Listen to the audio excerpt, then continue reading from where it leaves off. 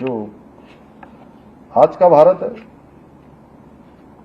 जो दुश्मनों का प्रतिकार भी करता है और जरूरत पड़ने पर उनके घर में घुसकर प्रहार भी करता है। जिस प्रकार से उरी हमले का जवाब सर्जिकल स्ट्राइक से दिया गया, पुलवामा के बाद एयर स्ट्राइक की गई, उसी प्रकार पहलगाम आतंकवादी हमले के बाद ऑपरेशन सिंदूर के द्वारा दुश्मन को अच्छे से बता दिया गया कि अब हम परमाणु बम की धमकी से भी डरने वाले नहीं हैं।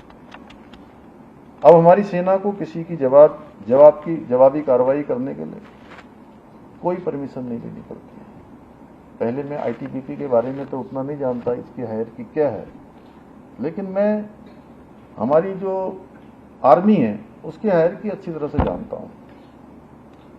पहले रंगरूटी करने के बाद सिपाही, लास्ट नायक, उसके बाद बीच में भी दो चीज़ें होती हैं उनके, सीएचएम बीएचएम बनाने के बाद नायक सूबेदार मेजर, लेफ्टिनेंट, सेकंड लेफ्टिनेंट और कैप्टन तक की, जो ऑनरी कैप्टन तक की यात्रा होती है, और उसके बाद भी पूरा। तो पहले के समय में कहीं पर किसी कंपनी में किसी जवान के ऊपर हमला हुआ, वो वीर गति को प्राप्त हो गया, तो पूछना पड़ता था जी, वहाँ का जो सीओ होता था वो अपने जीओसी से पूछेगा, जीओसी जो है डिप में पूछेगा, डिप से कोर में जाएगा, कोर से जो है उसमें कमांड में जाएगा, कमांड से मंत्रालय जाएगा। एक लंबी प्रक्रिया ऐसी होता है डीजी के साथ।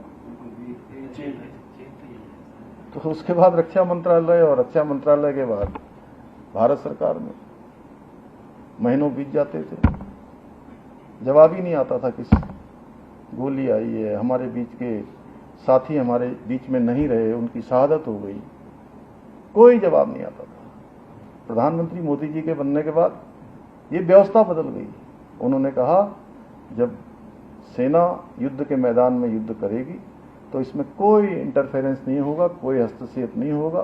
गोली आती है तो गोली का जवाब गोलों से देने का काम भारत की सेना करेगी, हमारे सशस्त्र सेना करेगी।